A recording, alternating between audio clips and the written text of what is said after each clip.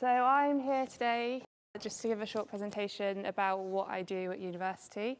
I'm studying interior architecture in my final year in Brighton. I have come here today because part of my brief is to give a presentation of my work. It's quite different, but I'll sort of give you a brief summary of what my course is about, and then I'll go into the project I'm working on now, and then I can tell you at the end sort of how I've got to where I am, more about the course, and if you have any questions then you can ask at the end.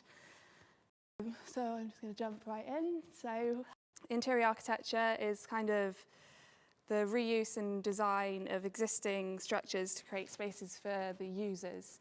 It kind of combines architecture with interior design-ish to create spaces that really focus on how people use them rather than the sort of general aesthetic of a building.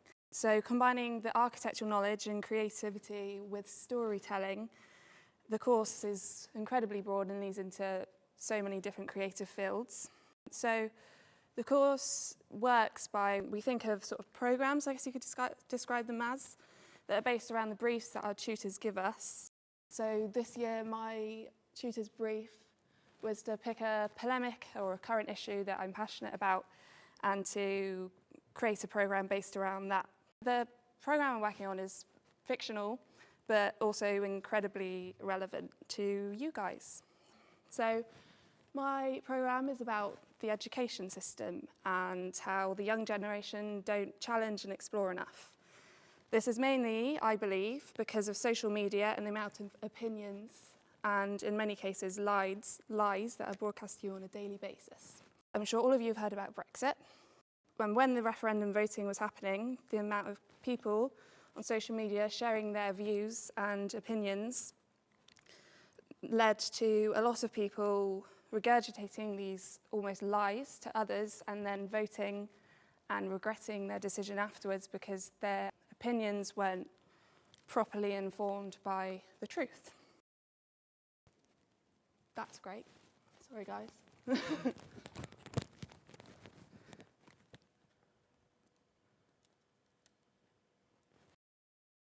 So the government also didn't help with this. Jeremy Corbyn used the miseducation of the young generation to gain votes as he saw the flaw in the system with the young generation's disinterest in politics. So for that reason, I developed a story based on a group of students who want to take control of their future and become more informed about politics in everyday life. So that is the Z Society. So the Z Society is a society run by groups of students whose aim is to help the young generation in ways the school system cannot.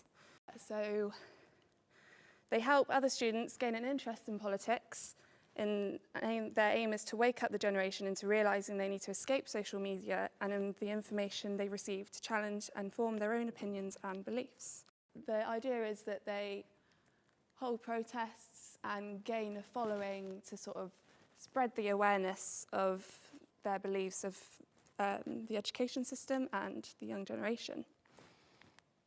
So, last semester, the site I chose was one that's sort of hidden within Brighton Station. It's an interstitial, hidden in plain secret nature that helped inspire the idea of my secret society. So this is Brighton Station. The top is a section through, the bottom is a plan. So, use a pointer. So here you can see this is the station floor, and then underneath you've got these two tunnels that run through that used to be used for a goods train that would then deliver goods from other places, and then a carriage road that was basically the taxi road that took people up to the main station. Here you can see a staircase, and here. This was the installation staircase I made last semester that was basically about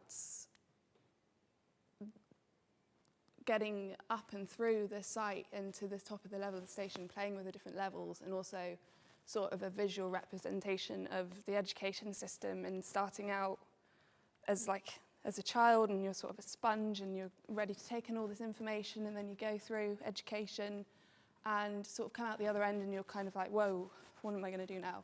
So that was my last semester's project, and then go on to expanding my site to the tunnel that I just talked about. There's these storerooms that come off of it that were used to store the goods that came off the trains, and that directly backs onto the existing site. So this is what you call an exploded axonometric. So this is actually sitting on the same level as this. It all comes down to create this underground location for my site. Here you've got the station, and it's sort of all of this is going on underneath this massively busy part of Brighton's infrastructure. Here I've tried to play around with how I was going to change the spaces from these small little rooms into larger rooms. So I wanted a big, a medium and a small space, and how I was going to inhabit them using different materials. So I've sort of started to play with the idea of maybe concrete and mesh. So I wanted to continue use of the mesh staircase that I'd used to create a space for the society to inhabit. So the idea is that this society are going to use this area as the base for their society. It's a secret location, so no one's going to know that they're there. And they're going to inhabit it and create the space themselves. So here I've done some sort of abstract collages to show how you get up into the site. So this is the main street that runs underneath the station on the different level, and you come up through the staircase and along here, and then there's these existing arches that used to be windows into the storerooms that the students can then climb through and get into their site. And then inside there's these dark arch spaces, and these are just me playing around with how's the society going to use this space, what would they use it for, what do they need, how big are the spaces, and yeah, just trying to figure out what they could do with the space. Then I moved on and wanted to play around with sort of materiality and the fact that the space is completely underground. I needed to think about artificial light and how I'm going to light this space in a fun and creative kind of way. So I was playing around with these light experiments using paper and mesh and the shadows, just to sort of think about, if I was using mesh, what could the shadows do in the space? How could I make a space feel quite fun and at the same time dark and kind of secret? So I was using the mesh as a way of sort of creating this hidden space that you're in, and there's these shadows and it feels dark but also very atmospheric in a way. So these are the sort of experiments I did, and then I wanted to combine these with the earlier collages that you've just seen to create sort of visual perspectives of how the mesh and these sort of forms will form the society space. So I thought that if the mesh was up on the ceiling, then it could create these shadows that fall on the rest of the space, and these sort of triangular shaped forms could create sort of seating. And that got me thinking about if you've got a society, what do? They tend to debate. So politics, it's all about debating and talking about your opinions and your feelings and all of that. So I thought I'm going to create a space that allows students to sit and talk about their opinions and their beliefs. So I knew that I wanted that sort of big space for everyone to talk. So this was a planned development starting here, and then this is the final one I came to. So I was thinking about using those forms from the light experiments, how I could use them to create a seating arrangement in the bigger space. And then the smaller space here is going to be about protests and getting the word out about them. So they're going to hold protests in Brighton, so they're going to need to make posters, and all of that kind of stuff is going to happen in this space, this big open space, as well as making these installation pieces that get installed in Brighton to sort of get the word out about the society and get people talking about them in a fun and creative way. So we've got the space, it's like a workshop basically, amphitheatre space for debates and discussions, small space, just like a breakout space for if you're just chatting to a friend. And then here you've got the meeting room, and the meeting room is going to be the space for the society leaders who they basically started the society a few years ago, and it's become this massive thing. So they've got this meeting room where they discuss what they want the society to now become, so it's like their private space for discussion. And then talking about the tunnel that runs through, you can see here that that's this place here. So the idea is that this gives access to goods and materials that they need to build this space, as well as taking these big installations that they're going to make out to then install, so they can then use the tunnel that backs out onto one of the streets outside of the station to gain access in and out. We then go on to this, which is my hybrid section, trying to visually show what was going on in my head on a page. So I used a section through showing the arches underneath and then the station above to try and show how the light qualities would work and how it would be inhabited. So here you can see the sort of lighting that I'm thinking about using, sort of uplights within this concrete formed space that students can come and use, and then the mesh above that creates the shadows that come down, and then screens here that sort of block views of what's going on, but you can still see, so it's sort of hidden but not quite hidden.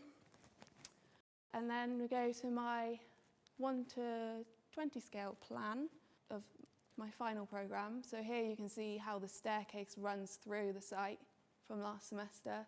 So this is the main street that you then walk up here and through under the station walkway and up and out, and then here you can get up onto the main level of the station. So the idea is they come up through the staircase and then come out into this space and through an archway here and into this walkway that takes them around the space, and then they can come in here or walk out and come into this space. And then I wanted to show more sort of the systems that are going to be used in place to sort of build this space. So this is a zoomed in section through of that. Plan, sorry, not section. So you can see the sort of material of the mesh seating, and then these are CCTV cameras in place so that if someone's trying to enter the space and they don't want them there, they can stop them by using the doors and blocking them off. So this is sort of a precautionary measure for if they're about to be found out and they don't want anyone in, they can stop that from happening. And then we go on to section through again, showing the sort of beams that I've put in, and then the lights that come down, the staircase, uplighting, workshop space area, and then a small table here that allows them to sit and talk about posters and their views and how they're going to show this in a protest. And then an entrance through here. Then another zoom in section. And then we have the short section, which isn't really that short, it's huge. So you can see the relationship with the streets, the station, and then how this is all tucked away and hidden within the underground of the station. And another zoom in section. So the idea is that this is going to be a separate material and removed from the existing. So as you can see, it's sort of floating in a way, so that the idea that the society is like a permanent thing, but the space they're occupying is a very temporary thing, because they could be discovered and then they'd have to move on. So I was thinking, if they're going to have to move on, what are they going to do? How are they going to leave all of this behind? They've built all this, they're not going to want to just leave it there. So I've made it so that all of the pieces can then be packed away and put in the van and driven off. And all that will be left behind is the concrete. If I go back to the plan. So they're building this and some of this out of concrete. So what will be left behind is these sort of almost ruins of what was there. So there's just going to be like a massive concrete amphitheatre and a few plinths of concrete left behind. So one day someone's going to walk in and discover it and be like, whoa, what is this? This is amazing kind of like a Roman ruin being discovered, and then maybe at some point it can be reused as something else in the future. That was my idea for the materials. Here you can see sort of some of the details, so the more finer details of the work. So using I-beams to support this roof that I'm knocking down walls for, and how these mesh ceiling pieces are going to be attached into that ceiling, and how the mesh is going to sit within the structure without obstructing the existing, and how this concrete is going to be formed within these shuttering boxes. So sort of, I guess you could say the more dull side, but very fun to try and work out. But this is the more architectural side of what we do, alongside the sort of fun program side of it. And so this is where I'm at now. I'm now making a 1:25 model. Please bear with me, the pictures might not be that great because it is a work in progress, but this is a massive model I'm making. It's about 1.5 meters by 1 meter long, and trying to just build up the space in how it will be. So this is using a mix of cement and plaster to try and recreate the concrete forms, and then showing how this mesh walkway will be going around it, some more of it. And then here you can see the meeting room. It's going to be made out of like a polycarbonate material, so that it sort of lights, it sort of soaks in the light and lights it up so that it looks like this floating box. It sort of hints at it being this important space compared to the rest of it, which is the mesh and the concrete.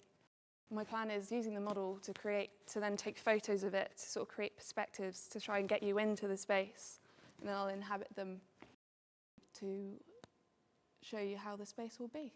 That's where I'm at now. So basically, to sum up, my program is a society that would basically be you guys. I'm not saying start a society, but I am saying that I believe that it's important, especially now, today, with the amount of technology and social media and the influences you receive, that it's important for you to sort of take control and form your own opinions and maybe challenge those of others, and don't listen to everything you see online, because it can have detrimental effects on your decisions in life. So yeah, that's my project so far. If you have any questions, then I'd be happy to answer them. Any more about the course itself, I can tell you more. Yeah, that's all. Thank you very much for listening to me.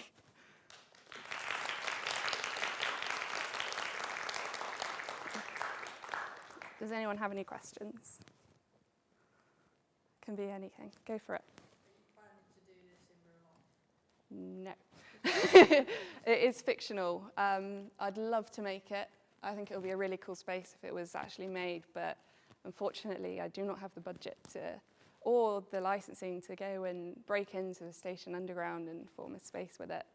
But yeah, that's sort of one of the things about the course, is you create these amazing spaces that are really cool, and you're like, oh, I really want to make it, and they never happen. You just make these models, and then you hand in your project, and these models that you've spent hours and hours making just get put in the bin because you're moving on to the next one. But it's kind of the joy of it, is you get to play around and be as creative as you like and create things that you wouldn't actually be able to create in real life. So yeah.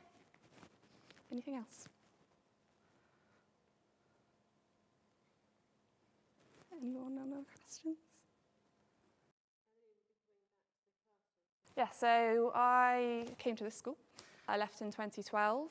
I was very interested in art. I did media and English, so I had the storytelling from that kind of aspect. And then I went to Exeter College and I did photography, fine arts and English literature. I then, after finishing my college course, I was thinking about uni, but I wasn't sure what I wanted to do yet. So I did a foundation course in Exeter College. So it was a UAL course that was an art foundation, and I chose to specialise in textiles, which was something that I hadn't done before. So I thought I'd try something new, see what I liked about it.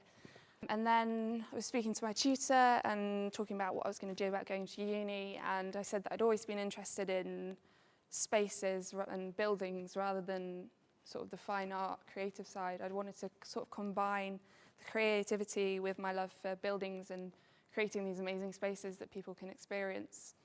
And that's when I stumbled across interior architecture. I applied for a few places, but when I went to Brighton for my interview, I just absolutely fell in love with the city and the course as well. It's an amazing course, absolutely supportive tutors, and just really, really different work from any of the other places that I went to.